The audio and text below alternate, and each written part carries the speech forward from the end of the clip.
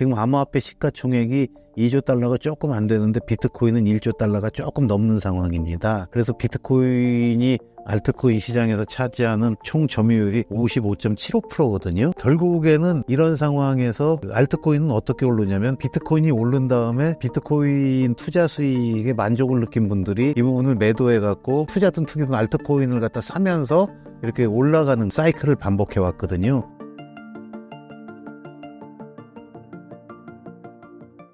현재 알트코인 상황은 어떤가요?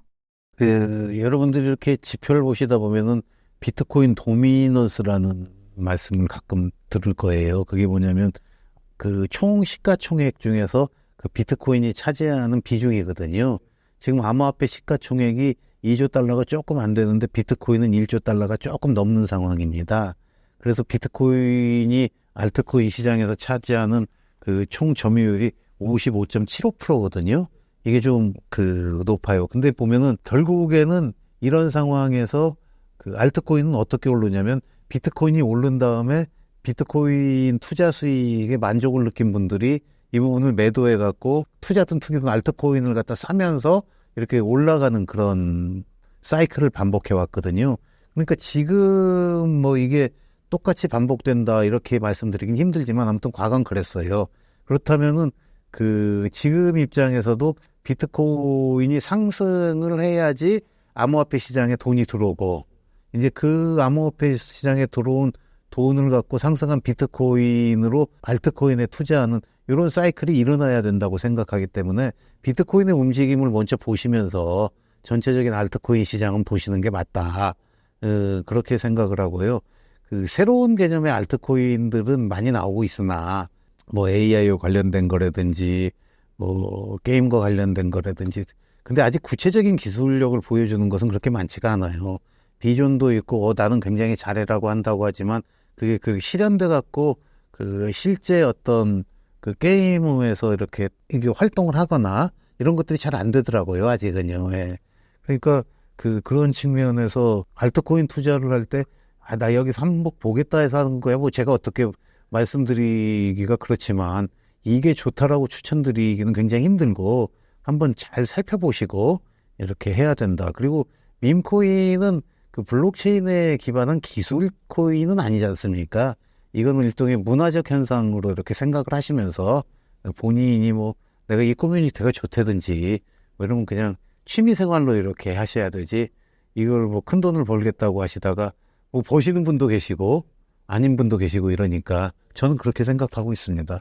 근데 뭐 요즘 보면 밈코인들도 인기 있는 것들이 많더라고요. 예.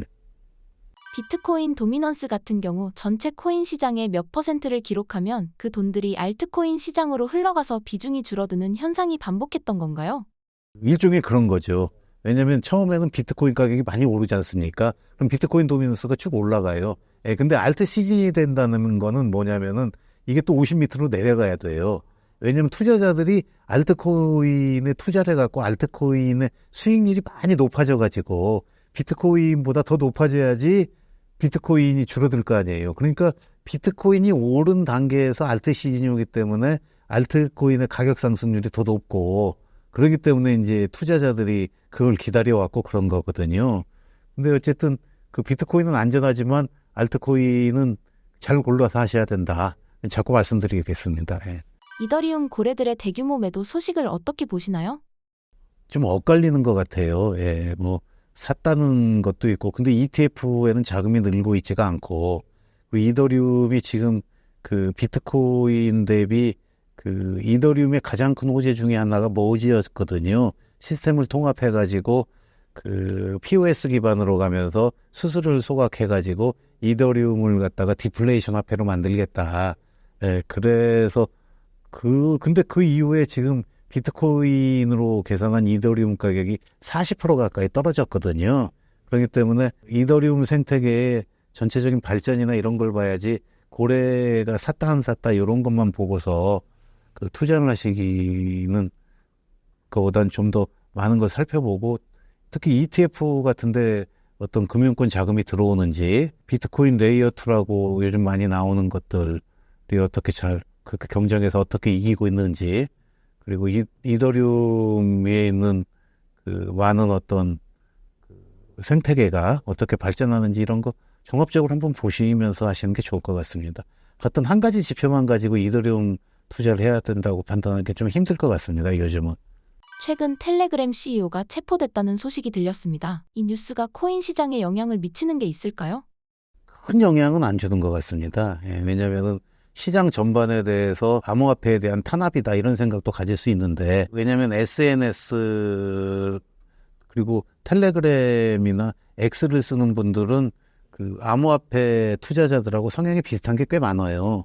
어떤 거냐면 탈중앙, 그리고 개인의 프라이버시를 존중한다, 그리고 언론 자유, 이러한 공통점을 그 암호화폐 커뮤니티와 공유하고 있거든요.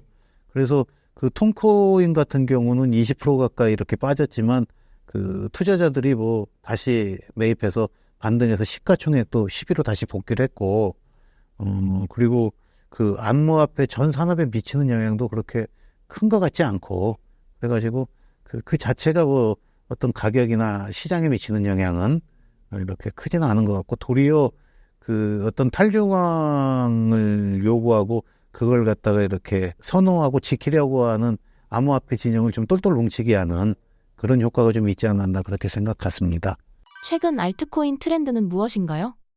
이게 뭐냐면 주류 금융기관들 같은 경우 이제 블랙록이 블록체인을 이용해 가지고 뭐 미국 국채와 환매 조건분 체프 이런 것들을 갖다 투자하는 어떤 토큰화 펀드를 만들었잖아요. 이렇게 해가지고 그 RWA 부분은 주류 금융기관들이 더 많은 관심을 가지고 있는 겁니다. 왜냐하면 부동산이든 뭐 금융이든 기존 자산을 블록체인으로 이렇게 옮겨 놓으면, 지금 우리가 그 주식 투자는 일주일에 며칠만 하고 공휴일 날은 못 하고 시간도 제한을 받고 있는데, 금융기관들 입장에서 봐서 이걸 만들어 놓으면은 그냥 시간의 제약도 받지 않고 국경의 제한도 받지 않고 24시간 소액 투자도 가능하게 해서 자기들 수입이 엄청나게 늘 수가 있거든요. 그래갖고 이 블록체인을 기반으로 한 기존 자산과의 관계보다는 이건 기존 금융자산이나 부동산을 이렇게 블록체인으로 옮겨와서 레거시 금융이 더 많은 기회를 갖다 가질 수 있는 거고, 이제 그러한데 이 솔루션을 갖다 제공해 줄 수 있는 메인넷들, 뭐 솔라나라든지 아발란체라든지 뭐 이런 데는 이제 금융기관들하고 이렇게 손을 잡기 위해서 열심히 노력을 하고 있고요. 그러니까 그런 측면에서 이렇게 한번 살펴보시면 좋을 것 같고요. 그리고 뭐 AI와 웹3 뭐 이런 것들도 요즘에 이렇게 서로 묶어지고 이래가지고 뭐 엑스플로콜이라든지 제가 잘 모릅니다. 근데 한번 공부를 하기 위해서 이렇게 보다 보니까 뭐 월드코인이라든지 이런 것들이 많이 새로 나오고 있더라고요. 근데 저는 이제 개인적으로는 제가 이제 비트코인을 좋아하다 보니까 그 비트코인 레이어 2가 과연 어떻게 될 것인가, 이제 이런 부분에 대해서 지금 관심을 가지고 보고 있어요. 근데 비트코인은 특징이 뭐냐면은 우리가 흔히들 얘기할 때 블록체인 트릴레마라고 해가지고 그 탈중앙, 그리고 보안, 그리고 널리 퍼지는 수용성, 이 세 가지를 다 맞추기가 힘들다, 이런 생각이 있었고, 그래가지고 그 이런 걸 늘리기 위해서 뭐 블록 사이즈를 확대해야 된다는 뭐 그런 일도 있었고, 그리고 뭐 오픈 소스를 바탕으로 해갖고 다양한 어떤 하드포크가 일어났었거든요. 근데 블록체인은 견고하게 지켜온 게 뭐냐면 잘 안 고치게 하는 겁니다. 뭐 그러니까 기술이 조금 떨어진다고 하더라도 그 탈중앙과 보안을 완벽하게 지켜내서 그걸 기반으로 해갖고 디지털 골드가 된 거거든요. 그러니까 비트코인은 자기의 핵심 가치를 지켜내갖고 지금 디지털 골드가 된 거예요. 얼마 전에 뭐 카르다노 창립자가 비트코인 걱정된다고 했는데 제가 보기엔 터무니없는 얘기인 거예요. 왜냐면은 비트코인이 그 이 두 가지를 지키다 보니까 스마트 컨트랙트가 좀 부족하거나 뭐 이렇게 해서 좀 떨어질 수는 있거든요. 근데 옛날 인터넷도 초기 인터넷보다 더 좋은 기술력과 아이디어가 많이 나왔는데 옛날 인터넷이 그냥 살아남은 겁니다. 왜냐하면 그 위에 이제 생태계가 발전했기 때문에 거기 있는 사람들이 새로운 걸 선택할 필요가 없는 거거든요. 마찬가지로 비트코인은 좋은 돈으로서 본래 목적을 갖다 달성을 하는 거예요. 탈중앙과 보안을 지킴으로 인해서 그 좋은 돈이 되는 거거든요.